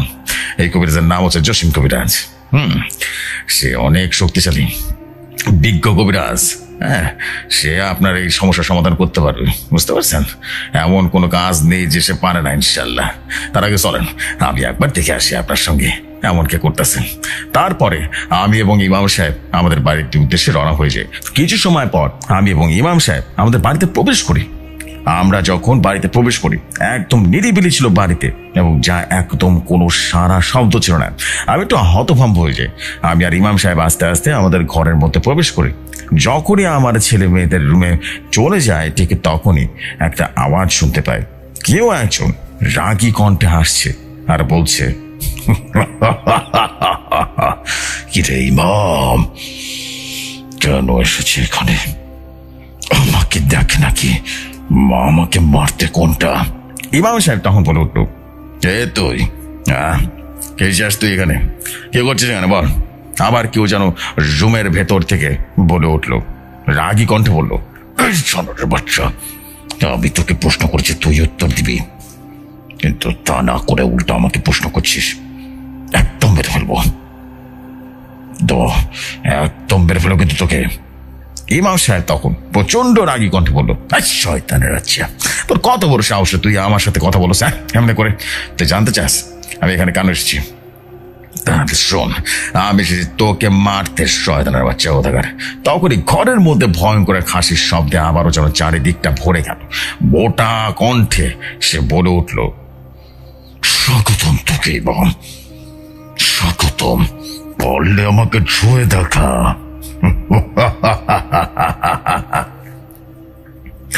এই বলে মুহূর্তের মধ্যেই রীতিমতো দরজাটা খুলেছে। দরজাটা খোলা মাত্র একটা বিশ্রী গন্ধ যেন নাকি আসে। তখনই আমাদের রুম থেকে রীতিমতো আমার স্ত্রী আর আমার সন্তানেরা বের হয়ে আসে। আমি অবাক হয়ে যাই, কারণ আমি মনে করেছিলাম ওরা সবাই এরমই আছে, কিন্তু না, ওরা তো সবাই সুরক্ষিত আছে। এটা ভেবে আমি মনে মনে অনেক বেশি শান্তি পাই এবং আল্লাহর দরবারে শুকরিয়া আদায় করি, আলহামদুলিল্লাহ। আমার স্ত্রী তখন আমাকে উদ্দেশ্য করে বলল, কি হয়েছে এখানে? এত শব্দ কিসের? এত বাজে দুর্গন্ধ কোথা থেকে আসলো? ইমাম সাহেব তখন বলল, ভাবি সাহেব, আপনি রুম থেকে বেরোয়েন না, কেমন? আপনি রুমে চলে যান, এখানে খারাপ কিছু আছে, বাচ্চাদের ক্ষতি হতে পারে, আপনি ওদেরকে নিয়ে রুমে চলে যান। যান। ইমাম সাহেবের কথা মতো আমার স্ত্রী এবং আমার সন্তানরা রীতিমতো পাশের রুমে চলে যায়। তখনই আবারও কেউ একজন ভয়ঙ্কর কণ্ঠে বলে উঠল, জানোয়ারের বাচ্চা ইমাম, এত সময় নিচ্ছিস কেন? তাড়াতাড়ি রুমের ভিতরে প্রবেশ কর। আর হ্যাঁ, একা প্রবেশ করবি। আমি তখন ইমাম সাহেবকে বলে উঠলাম, না না না ইমাম সাহেব, ভুল হয়ে একা যাবেন না, আমি আপনার সাথে যাবো। ঠিক আছে, আপনি একা গেলে আপনার ক্ষতি হতে পারে, আমরা দুজন একসাথে প্রবেশ করবো এই রুমে, চলেন। ইমাম সাহেব তখন আমাকে থামিয়ে দিয়ে বললেন, আপনি এত ভয় কোনো পাইতেছেন রফিক সাহেব, আপনি চিন্তা করবেন না, আমি সুরক্ষিত ফিরে আসতে পারবো। হ্যাঁ, ও আমার কোনো ক্ষতি করতে পারবে না ইনশাল্লাহ। কিছু বুঝে ওঠার আগে ইমাম সাহেব রুমের ভেতরে চলে যান এবং সঙ্গে সঙ্গে রুমের দরজাটা বন্ধ হয়ে যায়। আমি তখন অনেক চেষ্টা করি কিন্তু দরজা আর খুলতে পারছি না। তখন আমি ঠান্ডা মাথায় বোঝার চেষ্টা করলাম ভেতরে কি হচ্ছে, কিন্তু সেটাও বুঝতে পারছিলাম না, কারণ ভেতর থেকে কোনো আওয়াজ আসছে না, একদম যেন সবকিছু নীরব। আমি মনে মনে ভীষণ ভয় পেয়ে যাই। আমি মনে মনে ভেবেই নিয়েছিলাম যে সে হয়তো শয়তানটা ইমাম সাহেবকে মেরে ফেলেছে। এটা ভেবে আমি নিজের উপর অনেক ঘৃণা হচ্ছিল যে আমার কারণে ইমাম সাহেব আজ মারা গেল। আমার নিজের উপর অনেক বেশি খারাপ লাগছিল, অপরাধী মনে হচ্ছিল। আমি তখন কান্না করতে করতে নিচে বসে পড়ি। ঠিক তখনই দরজাটা খুলে যায়, ইমাম সাহেব বের হয়ে আসে। আমি তখন বসা থেকে উঠে ইমাম সাহেবের কাছে চলে যাই। গিয়ে দেখি ইমাম সাহেবের পুরো শরীর রক্তাক্ত হয়ে আছে এবং ইমাম সাহেবের মুখে স্পষ্ট ভয়ের ছাপ। আমি কিছু বলতে যাব, তার আগে ইমাম সাহেব আমাকে ভয় এবং কাঁপা কাঁপা কণ্ঠে বলে উঠলো, রফিক সাহেব, আপনাকে যে ঠিকানাটা দিয়েছি আপনি দ্রুত সেই ঠিকানায় চলে যায় না। আপনার পরিবারের উপরে অনেক বড় বিপদ এসে পড়ে গেছে। ও কাউকে ছাড়বে না, ও খুব ভয়ঙ্কর, ও খুব শক্তিশালী জিন। আমি পারবো না, পারলে আমাকে ক্ষমা করেন, আমাকে ক্ষমা করেন। আপনার এই বিপদে আমি আপনার কোনো উপকার করতে পারলাম না। আপনি আর সময় নষ্ট করেন না, জলদি চলে যান। আমি যে ঠিকানা দিচ্ছি না সেই ঠিকানা চলে যান। আপনার সমস্ত ঘটনা খুলে বলবেন, ঠিক আছে? ইনশাল্লাহ সে আপনাকে অবশ্যই সাহায্য করবে। আর হ্যাঁ, এই রুমে কেউ ভুলেও প্রবেশ করবেন না। আমি চলে যেতেছি, কেমন? বাইসে থাকলে আবার দেখা হবে, ভালো থাকবেন, আল্লাহ হাফেজ। এই বলে ইমাম সাহেব সরাসরি সোজা চলে গেলেন, আমাকে কিছু বলার সুযোগই দিলেন না। আমি অনেকবার জিজ্ঞেস করার চেষ্টা করেছি কিন্তু বারবার থামিয়ে দিয়েছে। তখন চারপাশ দিয়ে রীতিমতো ভয়ঙ্কর রকম হাসির শব্দ ভেসে আসতে থাকে, বিভৎস হাসি। আবারও মুহূর্তে অদৃশ্য হয়ে যায় সেই হাসির শব্দটা। এইটা দেখে আমি অনেকটা ভয়ে আতঙ্কিত হয়ে যাই। ভয়ে ভয়ে আমি রুমে প্রবেশ করি। গিয়ে দেখি আমার স্ত্রী এবং সন্তান এক কোণে বসে আছে। ওরাও অনেক বেশি ভয় পেয়ে আছে। হয়তোবা এই শব্দ ওদের কানক পর্যন্ত আসছে, ওরা বেশ ভয় পেয়ে গেছে। আমি রুমের মধ্যে প্রবেশ করা মাত্রই আমার স্ত্রী এবং সন্তানেরা দৌড়ে আমার কাছে চলে আসে। আমার সন্তানেরা আমাকে রীতিমতো জড়িয়ে ধরলো এবং আমার স্ত্রী আমাকে প্রশ্ন করলো, কি হচ্ছে এগুলো? আমি কিছু বুঝতে পারছি না, আমাকে একটু বলুন না, আমার না অনেক ভয় করছে। আর এসব শব্দ আর দুর্গন্ধ কোথা থেকে আসছে আমাদের বাড়িতে? তখন আমি তাদেরকে সমস্ত ঘটনা বললাম, সান্ত্বনা দিয়ে বললাম, একটা খারাপ জিন আমাদের উপর নজর রেখেছে, বুঝতে পারছি। ইনশাল্লাহ আগামীকাল সবকিছু ঠিক হয়ে যাবে, চিন্তা করো না। আজকে দিনটা কষ্ট করতে হবে আমাদের, আগামীকাল সকালে আমি যাবো তার কাছে। আমার বিশ্বাসী অবশ্যই আমাদের বিপদ থেকে রক্ষা করবে, কেমন? আমার স্ত্রী তখন বললো, সে কার কথা বলছেন আপনি? আমি তখন বললাম, আমি নিজেও জানি না, তবে ইমাম সাহেব ঠিকানা অনুযায়ী এবং তার নাম হচ্ছে জসিম কবিরাজ। ইমাম সাহেব আমাকে যা বলেছেন আমার সবকিছু বলেছেন, অবশ্যই আমাদের সাহায্য করতে পারবে জসিম কবিরাজ। সারাটা দিন ভালোভাবে কেটে গেল এবং বেশ ভয় ভয় কেটে গেল। সারাটা দিন ইমাম সাহেবের কোনো খোঁজ পেলাম না আমি আর। আস্তে আস্তে নেমে আসলো অন্ধকার আর অন্ধকার। এশারের নামাজের পর আমার স্ত্রী এবং সন্তানেরা সবাই একসাথে ঘুমিয়েছিলাম। জসিম ভাই, আমি আর বলতে পারবো না গতকাল রাতের ঘটনা। এত জঘন্য রাত আমি স্বপ্ন ভাবতে পারিনি জসিম ভাই। আমি নিজেও চোখে দেখেছি, কিন্তু আমি কিছুই বলতে পারবো না জসিম ভাই। আমার চোখের সামনে কিভাবে আমার সন্তানকে বেড়েছে আমি বলতে পারবো না জসিম ভাই, আমাকে ক্ষমা করে দিবেন। এইটা বলে রফিক নামের সে মধ্য বয়স্ক লোকটা যেন কান্না করা শুরু করলো। আমি তার মুখের দিকে তাকিয়ে দেখি কতটা অসহায় আর এতটা কষ্ট লাগছে, কতটা ভয় পেয়ে আছে, সে বাচ্চাদের মতো করছে। আমি তখন তাকে সান্ত্বনা দিয়ে বললাম, আচ্ছা ঠিক আছে রফিক সাহেব, বাকিটা যেহেতু আপনি বলতে চাচ্ছেন না, আপনাকে বলতে হবে না, আমি দেখে নিচ্ছি বিষয়টা। রফিক সাহেব তখন আমার পা জড়িয়ে ধরে কান্নাকাটি শুরু করলো এবং বললো, জসিম ভাই আমি একা যেতে পারবো না জসিম ভাই, আমি একা গেলে আমাকে মেরে ফেলবে, আপনি আমার সঙ্গে চলুন জসিম ভাই, আমার সঙ্গে চলুন, আমার স্ত্রী এবং আমার মেয়েটাকে বাঁচান জসিম ভাই। আমি তখন তাকে বললাম, কি করছেন আপনি? একজন মুয়াজ্জিন, পা ছাড়েন, পা ধরেন না, এভাবে করে পা ধরতে হয় না। আমি আপনাকে কথা দিচ্ছি ইনশাল্লাহ আমি আমার সমস্ত শক্তি দিয়ে চেষ্টা করব আপনাদের সাথে কাজ করার, আপনাকে রক্ষা করার। ওরা যত শক্তিশালী শয়তান হোক না কেন, ওকে এবার আমার সামনাসামনি হতেই হবে। আপনি ধৈর্য ধরুন। যেহেতু আপনি একা যাচ্ছেন না, তাহলে আপনি এখানে থাকুন, আমি দেখছি। আমি বিষয়টা খোঁজ খবর নিয়ে তারপর আপনাকে বলছি কি করতে হবে। তারপর আমি তাকে আমার এক ঘরে বসিয়ে দিয়ে আমি চলে যাই আমার নিজের রুমে। আমার রুমে গিয়ে আমি চোখ বন্ধ করে কিছুটা দোয়া পড়তে থাকি। তারপর স্মরণ করি নীলকণ্ঠজিনকে। কিছু সময় স্মরণ করার পর মুহূর্তের মধ্যে পুরো জায়গাটা নিস্তব্ধ হয়ে যায়, বায়ু প্রবাহিত যেন বন্ধ হয়ে যায়। মুহূর্তের মধ্যে জায়গাটা মর্মান্তিক জায়গায় পরিণত হয়ে যায়। আমার নিঃশ্বাস নেওয়াটাও কষ্টকর হয়ে যায়। নীলকণ্ঠজিন যখন প্রকাশ হয় তখন ভয়াবহ এক নিস্তব্ধতা বিরাজ করে, আর নাইম যখন প্রকাশ হয় তখন শুধু ধ্বংস আর ধ্বংস হয়ে যায়। কিভাবে বোঝাবো দাদা ভাই কতটা কঠিন নাইমজি। ঠিক তখনই আমি খেয়াল করি আমার পুরো রুমটা নীল রং এবং লাল রং ধারণ করেছে। আমি বুঝতে পারি নীলকণ্ঠ আগমন করছে। কিছু সময়ের মধ্যে আমার পুরো রুমটা নীল হয়ে যায়। সমস্ত নীল একত্রিত হয়ে একটা কোণটি ধারণ করে, আর সেই নীল কোণটার মধ্যে স্বাভাবিক রূপ নিয়ে বের হয়ে আসেন নীলকণ্ঠ। নীলকণ্ঠ তখন বলল, আসসালামু আলাইকুম জসিম, কেমন আছেন আপনি? আর এতদিন পরে কি মনে করে আমাকে স্মরণ করলেন? কোনো সমস্যা হয়েছে নাকি জসিম? আমাকে বলুন। আমি তখন সালামের উত্তর দিয়ে নীলকণ্ঠকে জিজ্ঞেস করি, হ্যাঁ নীলকণ্ঠ, সমস্যা হয়েছে, তবে আমার না, একজন এসেছে আমার কাছে সাহায্যের জন্য। তার আগে আপনি বলুন নীলকণ্ঠ, আপনি কেমন আছেন? কতদিন পর আপনি আসলেন আমার ডাকে। নীলকণ্ঠ তখন আমাকে বলল, আলহামদুলিল্লাহ, আল্লাহর রহমতে আমি অনেক ভালো আছি জসিম। আমি সবসময় তোমার ডাকের অপেক্ষায় থাকি। যখনই তুমি ডাকবে সঙ্গে সঙ্গে আমি অবশ্যই হাজির হয়ে যাব। কিন্তু তুমি তো দিন দিন আমাকে ভুলেই যাচ্ছ। নাইমের অনুপস্থিতিতে এখন আমাকে সবকিছু দেখতে হচ্ছে জসিম। আমি তখন নীলকণ্ঠকে বললাম, আচ্ছা নীলকণ্ঠ, নাইম এখন কোথায় আছে? এতদিন হয়ে গেল নাইমের কোনো খোঁজ খবর পেলাম না।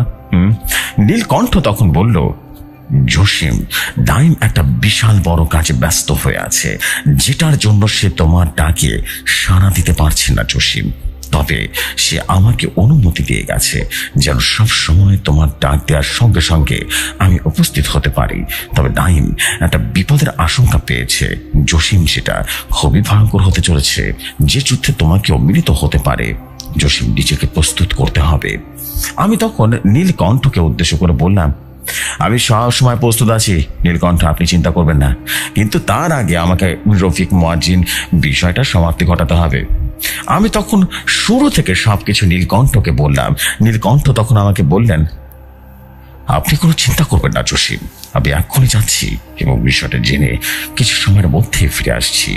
আপনি একটু সময় অপেক্ষা করুন, আমিও দেখে আসি কে এই ক্ষমতাশীল যে আপনার স্বপ্নের মধ্যে এসে আপনাকে হুমকি দিয়ে যায়। আপনি ধৈর্য ধরে এখানে বসে থাকুন, আমি যাব আর আসবো এখানে। এটা বলে নীলকণ্ঠ কোথায় যেন অদৃশ্য হয়ে যায়। আমিও তখন সেখানে বসে বসে দোয়া দরুদ পড়তে থাকি এবং নীলকণ্ঠের অপেক্ষা করতে থাকি। প্রায় 1 ঘন্টা পর নীলকণ্ঠ আবারও আমার সামনের প্রকট হলো। আমি ভালো করে নীলকণ্ঠের চেহারার মধ্যে দেখি চিন্তায় এবং রাগ যেন ঝলমল করছে। আমি তখন নীলকণ্ঠকে উদ্দেশ্য করে বললাম, নীলকণ্ঠ, কি হয়েছে আমাকে বলুন তো এই বিষয়ে। এটার সমাপ্তি কিভাবে, আর কেই বা পরিবারের সঙ্গে এমনটা করছে, আর কিসের জন্য করছে, আপনি কি জানতে পেরেছেন? নীলকণ্ঠ তখন রাগান্বিত কণ্ঠে বলে উঠল, জসিম, আমি সব কিছু জানতে পেরেছি। আমার ইচ্ছে করছে আমি এক্ষুনি শয়তানগুলোকে একদম শেষ করে দিই, আগুনে ভস্ম করে দিই। এতটা জঘন্য কাজ ওরা করেছে যেটা তোমাকে বলতেও ঘেন্না হচ্ছে আমার। তখন নীলকণ্ঠকে বললাম, কি হয়েছে যেটা রফিক সাহেব আমাকে বলতে পারলেন না? আপনারাও বলতে ঘেন্না লাগছে, বলুন না কি হয়েছে। হ্যাঁ, এমন কি জঘন্য কাজ করেছে নীলকণ্ঠ? আমাকে জানতে হবে, আমাকে বলুন আপনি। নীলকণ্ঠ তখন বলতে শুরু করলো, তাহলে শোনো জসিম, কি হয়েছিল রফিকের সঙ্গে। রফিক সেদিন মাছ ধরতে গিয়েছিল, তাই না? সেদিন মাছ মারতে গিয়ে রফিক একটা গজার মাছকে আক্রমণ করেছিল এবং এই গজার মাছটাকে ধরে ফেলেছিল। মূলত গজার মাছটা কি ছিল? একটা জিনের বাচ্চা। সাধারণ কোনো জিনের বাচ্চা ছিল না এটা, সেটা ছিল স্বয়ং ইফরিত জিনের ছেলে। ওরা 5 ভাই নদীর মধ্যে গজার মাছের রূপ নিয়ে বৃষ্টির মধ্যে খেলা করছিল। খেলা করতে করতে একটা নদীর পাড়ে চলে যায় এবং সে তখনই রফিক সেটাকে মাছ মনে করে ধরে ফেলে। কিন্তু রফিকের কোনো ভুল ছিল না, কারণ রফিক তো এটাকে গজার মাছ ভেবেই ধরেছিল। গজার মাছরূপী জিনটা তখন অনেকটা লাফালাফি করছিল ছোটার জন্য। তখন রফিক মাছটাকে লোহা দিয়ে আঘাত করতে করতে মেরে ফেললো। আসলে রফিক মাছটাকে মারেনি, সঙ্গে জিনের বাচ্চাটাকে মেরে ফেলেছে। এটা থেকে জিনের পিতা এবং তার ভাই অনেক বেশি রাগান্বিত হয়ে যায়। তখনই রফিককে মেরে ফেলতে চেয়েছিল তার 4 ভাই, কিন্তু তার পিতা থামিয়ে দেয় এবং শুধুমাত্র ভয় দেখিয়ে জিনের পিতা নিজেই তাকে নিজের বাড়িতে নিয়ে আসে। মূলত ওর উদ্দেশ্য ছিল রফিকের পুত্র বংশটাকে নির্বংশ করে দেয়া, এবং সেটা রফিকের সামনে ওরা চাইলে সেই দিন রাতেই রফিকের পুরো বংশই নির্বংশ করে দিতে পারত, কিন্তু সেটা করেনি। কারণ ওরা চেয়েছিল রফিকে ধীরে ধীরে ভয় দেখিয়ে এক এক করে ধ্বংস করে দেবে। আমি তখন নীলকণ্ঠকে থামিয়ে দিয়ে বললাম, নীলকণ্ঠ, এইগুলো তো রফিক আমাকে বলেছে, কিন্তু আমি জানতে চাই গতকাল রাতে কি হয়েছিল সেটা আমাকে বলুন, যেটা রফিকে বলতে চায়নি এবং আপনি বলেননি।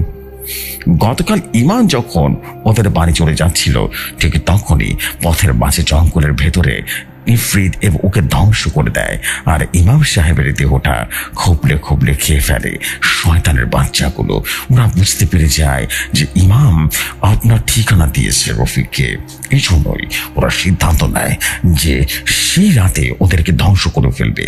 রাতে যখন ওরা সবাই একসঙ্গে ঘুমিয়ে পড়ে, ঠিক রাত 12টার পর ইফরিত এবং তার ছেলে এসে উপস্থিত হয় ওদের রুমে।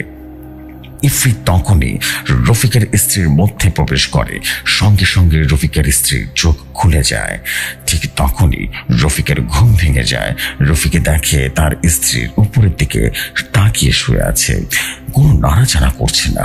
বৃদ্ধ মানুষ যেভাবে শুয়ে আছে ঠিক সেইভাবে শুয়েছিল। রফিক তখন আস্তে আস্তে বিছানা থেকে উঠে তার স্ত্রীকে ডাক দিতে যায়, এবং রফিক যখনই তার মুখের দিকে তাকিয়ে রফিক ভয়ে এক লাফ দিয়ে বিছানা থেকে নেমে যায়। রফিক দেখে তার স্ত্রী চোখ দুটো যেন একদম সাদা হয়ে গেছে, দাঁতগুলো যেন বিচ্ছিরি হয়ে আছে, বুক দিয়ে যেন রক্তের স্রোত বয়ে যাচ্ছে, হাতের নখগুলো বড় বড় হয়ে গেছে, সেটা কেমন জানি ফ্যাকাশে হয়ে গেছে। রফিকের স্ত্রী যখন আস্তে আস্তে রফিকের দিকে মাথা ঘুরিয়ে তাকায় এবং বিশ্রীভাবে হাসতে থাকে, রফিকের স্ত্রী হি হি করে হাসতে থাকে, তখনই রফিকের সন্তানেরা ঘুম ভেঙে যায়। তারা অনেকটা ভয় পেয়ে যায় এবং বিছানা থেকে নেমে যায়। রফিকের মেয়ে তখন কান্না করতে করতে রফিককে জড়িয়ে ধরে, ভয় চিৎকারে কান্না করতে থাকে। ওর ছেলে মেয়ে রফিককে জড়িয়ে ধরে। রফিক তখন ভয় পেয়ে যায়, কাঁপা কাঁপা গায়ে তার স্ত্রীকে উদ্দেশ্য করে বলল, কে তুমি? আমাদের পরিবারের সঙ্গে এমন কেন করছো? কি ক্ষতি করেছি আমরা? হ্যাঁ, দয়া করে আমাদের ক্ষমা করে দাও, আমাদের এখান থেকে চলে যাও, এখান থেকে চলে যাও। রফিকের স্ত্রী তখন বিচ্ছিরি কণ্ঠে বলে উঠল, তোকে কেন ক্ষমা করব? জানার বাচ্চা, তুই আমার ছেলেটাকে কুপিয়ে হত্যা করেছিস, তোর আর কোনো ক্ষমা নেই রে, ক্ষমা নেই। তোর বংশ আমি নির্বংশ করে দেব। রফিক তখন তার স্ত্রীর মধ্যে থাকা শয়তানটাকে জিজ্ঞেস করলো, আমি কখন আপনার ছেলেকে হত্যা করলাম? আমি তো আপনার ছেলেকে চিনিও না, আমি কখন তাকে দেখিও নি, আর আমি নিজে কখনো কাউকে হত্যা করিনি। রফিকের স্ত্রীর মধ্যে থাকা শয়তানটা তখন আবারও বিচ্ছিরি কণ্ঠে বলতে থাকে, জানোয়ারের বাচ্চা, ভুলে গেছিস তাই না? তাহলে শোন, কখন তুই আমার ছেলেটাকে হত্যা করেছিলিস? জানোয়ারের বাচ্চা, নদীর ধারে মাছ ধরতে গিয়েছিলি বৃষ্টির মধ্যে, মনে আছে? আর মাছ ধরতে ধরতে শেষে গজার মাছ ধরেছিলি, এটা মনে আছে জানারে বাচ্চা? এবং ধরার পর গজার মাছটাকে তুলে লোহা দিয়ে আঘাত করতে করতে মেরে ফেলেছিস। মূলত সেটা গজার মাছ ছিল না, সেটা ছিল গজার মাছের রূপ নিয়ে আমার ছোট্ট ছেলেটা। আমি জানি সেখানে তোকে মেরে ফেলতে পারতাম, কিন্তু মরেনি। কেন জানিস? কারণ আমি তোকে ধীরে ধীরে ভয় দেখিয়ে তোর চোখের সামনে একজন একজনকে মারতে চেয়েছি। আজকে আমি দেখ তোকে নিয়ে কি করি। রফিক তখন মাটিতে বসে হাত জোর করে শয়তানটার কাছে ক্ষমা চায় এবং বলল, বিশ্বাস করেন, আমি জানতাম না সেটা আপনার ছেলে ছিল। আমি যদি জানতাম মাছরূপী সেটা আপনার ছেলে, তাহলে কখনো আমি সেটা করতাম না। বিশ্বাস করেন, আপনি দয়া করে আমাদের ক্ষমা করে দেন। রফিকের স্ত্রীর মধ্যে থাকা সেই শয়তানটা বলল, ভুল যখন করে ফেলেছিস তাহলে এখন ভুলের মাসুল জোগাতে হবে। রফিক তখন কান্না করতে থাকে আর বলল, আচ্ছা আচ্ছা, আপনি বলেন আমাকে কি করতে হবে, আপনি যেটা বলবেন সেটাই আমি করবো। তবুও আমার স্ত্রী সন্তানকে ছেড়ে দেন, কাউকে মারবেন না। রফিকের স্ত্রীর মধ্যে থাকা সেই এফরিত শয়তানটা বলল, আচ্ছা ঠিক আছে, তোদের ছেড়ে দেও, কিন্তু ছেড়ে দেওয়ার আগে তোদেরকে মৃত্যু দিয়ে যাব। অনেক কথা বলে গেছে রফিক, এখন তুই শুধু দেখবি আমি কি কি করি। এই বলে ইফরিত শয়তানটা রফিককে বন্দি করে ফেলে। রফিক কোনো কথা বলতে পারছিল না, দাঁড়াচাড়াও করতে পারছিল না, শুধু দেখতে পারছিল আর অনুভব করতে পারছিল। এইটা বলে নীলকণ্ঠ থেমে যায়। আমি শুধু খেয়াল করে নীলকণ্ঠের চোখের পানি যেন টলমল করছে, এখনই মনে হয় নীলকণ্ঠ কান্না করে দিবে। আমি তখন নীলকণ্ঠকে উদ্দেশ্য করে বললাম, নীলকণ্ঠ কি হচ্ছে, আপনি থেমে গেলেন কেন, আর আপনার চোখে কেন পানি, বলুন তো কি হয়েছে, আপনি আমাকে বলেন, পুরোটা খুলে বলেন। নীলকণ্ঠ তখন চোখ বন্ধ করে জোরে জোরে নিঃশ্বাস নিয়ে বলতে শুরু করলো, রফিকের স্ত্রীর শাড়িটা খুলে ফেলে এবং হাতে একটা লোহা তুলে নেয়, আস্তে আস্তে রফিকের ছেলেটাকে ধরে ফেলে। তখন এফরিত বাকি 4টা ছেলেকে সেখানে উপস্থিত হয়ে যায়। ইফরিতের 4 ছেলের নেকের রূপ নিয়ে রফিকের ছোট মেয়েটাকে চারপাশে রীতিমতো আক্রমণ করার চেষ্টা করে। ছোট মেয়েটা মা বলে চিৎকার করতে থাকে, একবার এদিকে যায় একবার ওদিকে যায়। এটা দেখে রফিক শব্দবিহীন কান্না করতে থাকে। রফিক সেখানে অসহায়, শুধু অসহায়, কিছুই করতে পারছিল না। রফিকের বুকটা ফেটে যাচ্ছিল এসব দেখে। অন্যদিকে রফিকের স্ত্রীর মধ্যে থাকা এফরিতের শয়তানটা তখন রফিকের ছোট্ট ছেলেটার মাথায় আঘাত করে লোহা দিয়ে। ছোট্ট ছেলেটাকে বাঁচানোর জন্য কত যন্ত্রণা করতে থাকে, কিন্তু শয়তানটা আবারও আঘাত করে এবং সেখানে ছোট্ট ছেলেটা মারা যায়। এটা দেখে রফিক মনে মনে আল্লাহ বলে দোয়া করতে থাকে, আল্লাহ আল্লাহ গো, তুমি হয়তো বা এখানে রক্ষা করো, নয়তো আমাকে মৃত্যুদান করো। আমি আর সহ্য করতে পারছি না, আমার নিষ্পাপ ছেলেটাকে ওরা মেরে ফেলেছে, এখন আমার বেটার সঙ্গে কেমন করছে। আল্লাহ তুমি আমার বেটাকে রক্ষা করো। রফিকের ছোট্ট মেয়েটা ঘরে দৌড়াদৌড়ি করতে করতে হঠাৎ করে জ্ঞান হারিয়ে মাটিতে পড়ে যায়। শয়তানগুলো মেয়েটাকে ছেড়ে রফিকের স্ত্রীকে চলে আসে। নেকড়েরূপী 7 জন ভয়াবহ শয়তান 4 কোনায় বসে পড়ে। স্ত্রী তখন তার ছেলেটাকে মাছের মতো করে পিস পিস পিস পিস করে কাটতে থাকে এবং শয়তানগুলো ভয়ঙ্কর ভাবে হাসতে থাকে, আনন্দে মেজে ওঠে। অন্যদিকে রফিকের সামনে রফিকের ছেলেটাকে এইভাবে টুকরো টুকরো করতে দেখে রফিকের বুকটা ফেটে যাচ্ছিল, কিছু করতে পারছিল না, চিৎকারও করতে পারছিল না, এত কষ্ট সহ্য করতে পারছিল না। কিন্তু কিছু করারও ছিল না, শুধু তাকিয়ে দেখা ছাড়া। স্ত্রী তখন তার ছেলের দেহটা টুকরো টুকরো করা মাংসগুলো ইফরিতের 4 ছেলের সামনে দেয়। তারা 4 জন যখন আনন্দ করে রফিকের ছেলের মাংসগুলো খেতে থাকে, রফিকের স্ত্রী তখন মজা করে তার ছেলের মাংস চিবিয়ে চিবিয়ে খেতে থাকলো, ভয়ঙ্কর ভাবে হাসতে থাকে। কিছু সময় পর কড়িজাটা নিয়ে রফিকের সামনে গিয়ে দাঁড়ায় রফিকের স্ত্রী এবং জঘন্য কণ্ঠে বলে উঠল, রফিক তোর ছেলের কলিজা খেয়ে দেখ তো কত মজা। আজকে তোর ছেলেকে খেলাম, কালকে তোর বেঁকে খাবো। রফিকের স্ত্রী সাতাকাশি কলিজা রফিকার মুখের ভিতরে ঢুকে দেয়। রফিকার পুরো মুখ লাল হয়ে যায় রক্তে। রফিকের স্ত্রী তখন কলিজাটা চিবিয়ে চিবিয়ে খেতে থাকে এবং ভয়ঙ্কর ভাবে হাসতে থাকে। মুহূর্তের মধ্যে রফিকের ছেলে দেহটা চিবিয়ে চিবিয়ে খাওয়া শেষ করে ফেলে। খাওয়া শেষ হয়ে গেলে রফিকের স্ত্রীর মধ্য থেকে শয়তানটা বেরিয়ে যায়। বের হওয়ার সঙ্গে সঙ্গে তাপাস করে মাটিতে পড়ে যায় স্ত্রী। তারপর রফিককে মুক্ত করে দেয়। রফিক এত সহ্য করতে না পেরে চিৎকার দিয়ে তখনই জ্ঞান হারিয়ে নিচে পড়ে যায়। রফিকের রুমের মধ্যে 3 কোণায় 3 জন জ্ঞান হারিয়ে পড়ে থাকে। শয়তানগুলো তখনই ভয়ঙ্কর ভাবে হাসতে থাকে, আনন্দ করতে থাকে। কিছু সময় পর শয়তানগুলো সেখান থেকে অদৃশ্য হয়ে যায়। তারপর ওরা তোমার স্বপ্নে এসে তোমাকে হুমকি দিয়ে যায়, যেন তুমি কাজটা না করো। জ্ঞান হারানোর আগে রফিক এত জোরে জোরে চিৎকার করছিল, পাশের লোকজন সজাগ হয়ে যায়। তখন তাড়াতাড়ি করে তাদের রুমের ভিতরে চলে আসে, বাড়িতে চলে আসে। আস্তে আস্তে করে রফিকের ঘরে প্রবেশ করে। তারা যখন রফিকের ঘরের দিকে এগিয়ে যাচ্ছিল না, তাদের নাকে ততটা গন্ধ যেন বের হয়ে যাচ্ছিল। তারা সবাই তখন তাদের নাকি কাপড় পেঁচে আস্তে আস্তে রফিকের ঘরের মধ্যে প্রবেশ করে। তারা রফিকের ঘরের মধ্যে প্রবেশ করে ভয়ে আটকে ওঠে। তারা সবাই দেখতে পায় ঘরের চারদিকে শুধু রক্ত রক্ত রক্ত রক্ত আর রক্ত। তারা তখন ভয়ে আস্তে আস্তে করে পা বাড়াতে থাকে। কিছুটা ঘরের মধ্যে প্রবেশ করার পর তারা দেখতে পায় রফিক উপর হয়ে পড়ে আছে। তারা তখন তাড়াতাড়ি করে রফিককে ধরে এবং দেখে রফিক জ্ঞান হারিয়ে পড়ে আছে।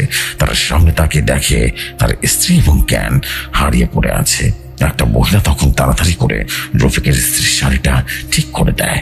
তার কিছুটা দূরে তারা লক্ষ্য করে রফিকের মেয়েটা রক্তাক্ত অবস্থায় পড়ে আছে। তারা মোট 5 জন গিয়েছিল, 3 জন পুরুষ, 2 জন মহিলা। মহিলা 2 জন রফিকের স্ত্রীকে ধরে সেই ঘুম থেকে বাইরে নিয়ে যায়, আর 2 জন পুরুষ রফিকে ধরে বাইরে নিয়ে যায়, আর একজন পুরুষ রফিকের মেয়েটাকে ধরে বাইরে নিয়ে আসে। 5 জন মিলে তাদের 3 জনের জ্ঞান ফেরানোর অনেক চেষ্টা করে, কিন্তু কোনোভাবে তাদের জ্ঞান ফিরছিল না। প্রায় মিনিট 20 পর হঠাৎ করে রফিক লাফিয়ে উঠে যায় এবং হাও মাও করে কাঁদতে থাকে। কান্না করতে করতে রফিকের চোখে পড়ে রফিকের নিষ্পাপ মেয়েটার দিকে। রফিক তখন এক দৃষ্টিতে তাকিয়েছিল। এরপর এক দৌড়ে রফিকের মেয়েটাকে ধরে বুকে জড়িয়ে ধরে কান্না করতে থাকে আর বলে উঠল, মা মা মারে, চোখটা খোল না মা, আমাকে বাবা বলে ডাকবি না তুই? হ্যাঁ বল না। এটা বলতে বলতে রফিক আবারও হাউমাউ করে কান্না করতে থাকে। রফিকের প্রতিবেশী লোকজন তখন রফিককে সান্ত্বনা দিয়ে রফিককে জিজ্ঞেস করলো, রফিক ভাই, ও রফিক ভাই, আপনি এতটা ভেঙে পড়বেন না, কি হয়েছে আমাদেরকে খুলে বলেন না। এভাবে এমন একটা ভয়াবহ ঘটনা ঘটে গেল, ছোট ছেলেটা কোথায়, আর আপনার ঘরের ভেতরে এত রক্ত কেন? হ্যাঁ, তখন রফিক কান্না করতে করতে বলল, ওই শয়তানগুলো আমার ছেলেকে মেরে ফেলেছে। রফিকের প্রতিবেশী আমারও বলল, কোন শয়তান? আপনি কার কথা বলতেছেন, একটু বুঝে বলেন তো। রফিক তখন কান্না গলায় সবাইকে সমস্ত ঘটনা খুলে বলল। সবকিছু শোনার পর তারা যেন হতভম্ব হয়ে যায়, ভয় পেয়ে যায়। রফিকের প্রতিবেশী তখন রফিককে উদ্দেশ্য করে বলল, রফিক ভাই, আর সময় নষ্ট না করে ইমাম সাহেব আপনাকে যে ঠিকানা দিছে না, সেখানে চলে যান। আমার বিশ্বাস ইমাম সাহেব যেহেতু বলেছেন, সে অবশ্যই সাহায্য করতে পারবে। কান্না কান্না গলায় সে বলে উঠল, আমার স্ত্রী এবং আমার বেটা এই অবস্থা দেখে আমি কিভাবে যাব? রফিকের প্রতিবেশী তখন বলল, আপনি চিন্তা করবেন না, আমরা আছি আপনার মেয়ের সাথে, আপনি চলে যান খবর নিয়ে আসেন। রফিক তখন আর চিন্তা না করে তখনই বেরিয়ে যায় আপনার উদ্দেশ্যে। রফিক পুরো রাস্তা দৌড়াতে সোজা আপনার কাছে এসেছে। নীলকণ্ঠের বুকে সব শুনে আমি যেন পাথর হয়ে গেছিলাম, চোখের পানি যেন ধরে রাখতে পারছিলাম না। কতটা নিষ্ঠুর, কতটা অমানবিক হতে পারে ইফরিত জিন রফিক সাহেবের সাথে। হায় আল্লাহ, রাগে যেন আমার পুরো শরীর পুড়ে যাচ্ছিল।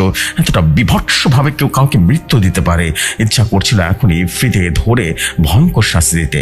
আমি তখন নীলকণ্ঠের দিকে তাকিয়ে দেখি নীলকণ্ঠর জিনের রীতিমতো নীল অগ্নি রূপ ধারণ করেছে। আমি বুঝতে পারি নীলকণ্ঠ এখন প্রচন্ড পরিমাণে রাগান্বিত হয়ে আছে। তখন রাগান্বিত কণ্ঠে নীলকণ্ঠকে উদ্দেশ্য করে বললাম, নীলকণ্ঠ, আমি কিচ্ছু শুনতে চাই না। আমি চাই এখনই রফিক সাহেবের সঙ্গে তার বাড়িতে যেতে, আর এই মৃত্যু খেলা আজকে শেষ করতে চাই। আমি জানি না আপনি কিভাবে কি করবেন, কিন্তু আজকেই শেষ করতে হবে, অবশ্যই শেষ করতে হবে আপনাকে। নীলকণ্ঠ তখন আমাকে উদ্দেশ্য করে বলল, চিন্তা করবেন না জসিম, আপনার ইচ্ছা পূরণ হবে। আমি যেভাবে বলেছি আপনি ঠিক সেভাবেই করেন। আপনি এখন রফিক সাহেবের সঙ্গে তার বাড়িতে যাবেন। রফিক সাহেবের বাড়িতে যখন চলে যাবেন, রফিক সাহেবকে তার বাড়িতে প্রবেশ করার কথা বলবেন, ঠিক আছে? রফিক সাহেব যখন তার বাড়িতে প্রবেশ করবে, ঠিক তখনই আপনি প্রবেশ করবেন না। আপনি তখন এক মুঠো মাটি হাতে নেবেন এবং আমি এখন আপনাকে একটা দোয়া শিখিয়ে দিচ্ছি। এই দোয়াটা 3 বার পরে মাটিতে ফু দিবেন। তারপর মাটিটা রফিক সাহেবের বাড়ির ত্রিসীমানায় ছুঁড়ে মারবেন। তারপরে রফিক সাহেবকে বলবেন তার বেটিকে নিয়ে তার বাড়ির সীমানার বাইরে চলে যেতে। তার বাড়ির মধ্যে যত মানুষ আছে সবাইকে বাড়ির বাইরে চলে যেতে বলবেন, শুধুমাত্র রফিক সাহেবের স্ত্রী বাদে। নীলকণ্ঠ তখন চোখটা বন্ধ করলো এবং মুহূর্তের মধ্যে নীলকণ্ঠর হাতে যেন পানির বোতল চলে আসে। পানির বোতলটা আমার হাতে নিয়ে রীতিমতো নীলকণ্ঠকে বলে ওঠা, যখন রফিক সাহেব তার মেয়েকে নিয়ে তার বাড়ির সীমানার বাইরে চলে আসবে তখন এই পানির বোতল থেকে কিছুটা পানি তার মেয়ের শরীরে ছিটিয়ে দিবে। এই পানি ছিটিয়ে দেওয়ার সঙ্গে সঙ্গে রফিক সাহেবের মেয়ে আসবে এবং তারপর তাদের উদ্দেশ্য করে বলবেন তারা যেন ভুলেও বাড়ির মধ্যে প্রবেশ না করে। তারপরে তোমার শরীরটা বন্ধ করে দিয়ে সোজা প্রবেশ করবে। অবশ্যই তোমার হাতে যেন পানির বোতলটা থাকে। তারপর সোজা রফিক সাহেবের ঘরে বসে করবে এবং গোলবৃত্ত আঁকবে। তুমি ভুলেও কিন্তু রফিক সাহেবের স্ত্রীর কাছে যাবে না। এরপর নীলকণ্ঠ আরো বলল, তুমি সেই গোল বৃত্তর মধ্যে বসে এই দোয়াটা পড়বে। কিছু সময় এই দোয়াটা পড়ার পর শয়তানগুলো তোমার সামনে হাজির হবে। বাকিটা আমি দেখে নেব। এবার তুমি যাও, সাবধানে যেটা বলেছি সেটা করবে কিন্তু। এই বলে নীলকণ্ঠ সেখান থেকে অদৃশ্য হয়ে যায়। আমি তখন ঘর থেকে বের হয়ে যাই এবং রফিক সাহেবের সঙ্গে করে নিয়ে তার বাড়ির উদ্দেশ্যে রওনা দিই। যেতে যেতে আমি রফিক সাহেবকে সমস্ত ঘটনা খুলে বলি তাকে কি কি করতে হবে। প্রায় 30 মিনিট পায়ে হাঁটার পর আমরা রফিক সাহেবের বাড়ির সামনে চলে আসি। রফিক সাহেব তখন আমার কথা মতো তার মেয়েকে এবং প্রতিবেশী সবাইকে নিয়ে বাড়ির বাইরে রীতিমতো চলে আসে। তারপর আমি বোতল থেকে কিছুটা পানি এবং তার মেয়ের শরীরে ছিটিয়ে দেওয়ার মাত্রই তার মেয়ে যেন জ্ঞান ফিরে আসে। তারপর আমার কথা মতো তারা সবাই বাড়ির সীমানা বেরিয়ে যেন অনেকটা দূরে চলে যায়। রফিক সাহেব অনেকবার আমাকে জিজ্ঞেস করেছিল তার স্ত্রী কেন নিবে না, কিন্তু আমি এটার উত্তর দিতে পারিনি, কারণ আমি নিজেও জানি না নীলকণ্ঠ আমাকে কেন মানা করেছে। আমি তখন রফিক সাহেবকে সান্ত্বনা দিয়ে বললাম, রফিক সাহেব চিন্তা করবেন না, এই বিষয়ে আমি নিজেও জানি না, তবে বিশ্বাস রাখুন ইনশাল্লাহ রফিক সাহেব কিচ্ছু করতে হবে না, ঠিক আছে। রফিক সাহেব তখন আর কিছু না বলে মেয়েটিকে কোলে নিয়ে কিছুটা দূরে চলে যায়। তখন নীলকণ্ঠের কথা মতো শরীরটা বন্ধ করে নিয়ে যখনই বাড়িতে প্রবেশ করলাম ঠিক তখনই বাড়িটা যেন কেঁপে উঠলো। আমি এগুলো পাত্তা না দিয়ে নীলকণ্ঠের কথা মতো একটা গোল বৃত্ত অঙ্কন করলাম, সেখানে বসে পড়লাম এবং নীলকণ্ঠের শিখিয়ে দেওয়া দোয়াটা যেন উচ্চারণ করলাম। উচ্চ সহকারে রীতিমতো পাঠ করতে থাকি। প্রায় 10 মিনিট উচ্চারণ করার পর রীতিমতো হঠাৎ করে দেখি আমার সামনে একটা মহিলা এসে দাঁড়িয়ে গেছে। আমি বুঝতে পারি এটাই রফিক সাহেবের স্ত্রী। আমি তখন আরো জোরে জোরে দোয়া পড়তে থাকি, কারণ আমি বুঝতে পেরে যাই যে এর মধ্যেই শয়তানগুলো লুকিয়ে আছে। হঠাৎ করে সে মহিলাটা বিকট চিৎকার দিয়ে বলল, জসিম বন্ধ করে দোয়া পড়া। এই দোয়া তুই কিভাবে শিখলি রে জসিম? এটা তো কোনো মানুষের পক্ষে শেখানো সম্ভব নয়। আমি তখন হাসতে হাসতে শয়তানটাকে উদ্দেশ্য করে বললাম, হয়তো এটা কোনো মানুষের পক্ষে সম্ভব নয়, আমি তো এখন মানুষ না রে, আমি তো রাজডাইল। আমি তখন মারার জন্য এনেছি শয়তানি ফ্রিদ। শয়তানটা তখন নারী পুরুষ মিশ্রিত কণ্ঠে বলল, জসিম তুই আমাকে মারবি? আমি কি জানিস তো? আমি তখন শয়তানটাকে বললাম, আচ্ছা তাহলে তুই কি বল, হ্যাঁ আমিও শুনতে চাই তুই কে। শয়তানটা তখন হাসতে হাসতে বলল, আমি হলাম সেই সত্তা, সেই শক্তি যাকে কেউ ধরতে পারে না আর যার কোনো বিনাশ নেই। আমি অদৃশ্য। আমি তখন শয়তানটাকে উদ্দেশ্য করে বললাম, তুই অদৃশ্য, তোর বিনাশ নেই। আরে খুব মজা পেলাম রে তোর কথা শুনে। তোকে কেউ ধরতে পারে না? তাহলে ভালো করে দেখতো, এখন আমার হাতে তুই বন্দী আছিস। সন্তানি তখন রাগান্বিত হয়ে 4 ছেলেকে আহ্বান করলো। সঙ্গে সঙ্গে সেখানে 4 জন কালো ছায়ামূর্তি ঘূর্ণিঝড়ের মতো চলে আসলো এবং সেই ঘূর্ণিঝড়ের মধ্য থেকে বেরিয়ে আসে 4টা বিশাল নেকড়ে। নেকড়েগুলোর মুখ থেকে রীতিমতো তাজা তাজা রক্ত যেন ঝরে ঝরে পড়ছিল। রফিকের স্ত্রীর মধ্যে থাকা সেই ইফরিতের শয়তানটা তখন আরো বেশি গর্জন করে উঠলো আর দাঁড়িয়ে দাঁড়িয়ে দেখছিল কি করছে ওরা। খেয়ে ফেললো এখনই। ওরা 4 জন তখন 4 কোণা দিয়ে আমাকে আক্রমণ করার চেষ্টা করে, কিন্তু আমি গোল দেওয়ার মধ্যে ওরা প্রবেশ করতে পারছিল না। ওকে আমি রীতিমতো বাইরে থেকে ওরা হিংস্র গর্জন করে উঠছিল, মনে হচ্ছিল আমাকে পেরে চিবিয়ে খাবে। এটা দেখে আমার ভেতরেও আস্তে আস্তে হিংস্রতা জেগে ওঠে। আস্তে আস্তে এতটাই হিংস্র হয়ে উঠেছি যে নিজের রাগকে কন্ট্রোল করতে পারছিলাম না। আমি তখন গোল বৃত্তের মধ্য থেকে বেরিয়ে যাই। তার 4 কোণা থেকে 4টা নেকড়ে আমার উপরে ঝাঁপিয়ে পড়ে। আমিও তখন সিংহের মতো করে ওদের সাথে লড়াই করা শুরু করি। আমার ভেতরে এতটাই হিংস্র চলে এসেছিল যে একটা নেকড়েকে ধরে আছাড় মারছিলাম। নেকড়েগুলোকে আছাড় মারতে মারতে ওরা আহত হয়ে চলে যায় অনেকটা, এবং ইফরিত শয়তানটা এটা দেখে রীতিমতো ভয় পেয়ে যায়, অবাক হয়ে যায়। আমি যখনই নেকড়েটাকে ধরে তার ঘাট থেকে মাথাটা টান দিয়ে ছিঁড়ে ফেলবে, ঠিক তখনই আমার ক্ষতিতে এসে ইফরিত আমাকে ধাক্কা দিয়ে ফেলে দেয়। আমি ছিটকে অনেকটা দূরে গিয়ে পড়লাম। এতে আমার রাগ যেন আরো বেশি বেড়ে যায়। এতটা রাগান্বিত হয়ে যায় যে আমি লাফ দিয়ে উঠে দাঁড়িয়ে পড়ি এবং সিংহের মতো লাফ দিয়ে রফিকের স্ত্রীর মধ্যে থাকা ইফরিত শয়তানটার উপরে ঝাঁপিয়ে পড়ি। আমি তখন ইফরিতকে ধরতে যাব, ঠিক তখনই ইফরিত অদৃশ্য হয়ে আমার পেছনে এসে আমাকে একটা লাথি মারে। আমি উল্টে পড়ে যাই। আমি আবারও মাটিতে থাপ্পড় খেয়ে রীতিমতো লাফ দিয়ে উঠে পড়ি এবং গর্জন দিয়ে বলে উঠি। ঠিক তখনই ইফরিতের একটা ছেলে আমাকে আক্রমণ করতে আসে। আমিও ওর দিকে লাফ দিয়ে মুহূর্তের মধ্যেই ওর ধরে রীতিমতো মাথাটা টান দিয়ে ছেড়ে ফেলি। সঙ্গে সঙ্গে ইফরিতের ছেলে সেখানেই মারা যায়। এটা দেখে ইফরিত অনেকটাই রাগান্বিত হয়ে যায়, জোরে জোরে চিৎকার করতে থাকে, জসিম তুই এটা কি করলি? আমার ছেলেকে মেরে ফেলি তুই? তোকে তো বাঁচাতে কেউ পারবে না রে আমার হাত থেকে জসিম। আমি তখন হাসতে হাসতে তাকে উদ্দেশ্য করে বললাম, কেমন লাগছে হ্যাঁ নিজের ছেলেকে নিজের সামনে মৃত্যু দেখতে? ভালো লাগছে? তোর থেকে বেশি কষ্ট পেয়েছে রফিক। তুই তার নিষ্পাপ ছেলেটাকে যেভাবে হত্যা করেছিস, আমি তার থেকে বেশি যন্ত্রণা দিইনি এখনো তোকে। এক করে তোর 3 ছেলেকে আমি হত্যা করবো। 3 ছেলেকে পারলে আমাকে বাধা দিয়ে দেখা। ইফরিত শয়তান তখন রাগান্বিত কণ্ঠে বলল, তাহলে এবার দেখ আমি কি করতে পারি।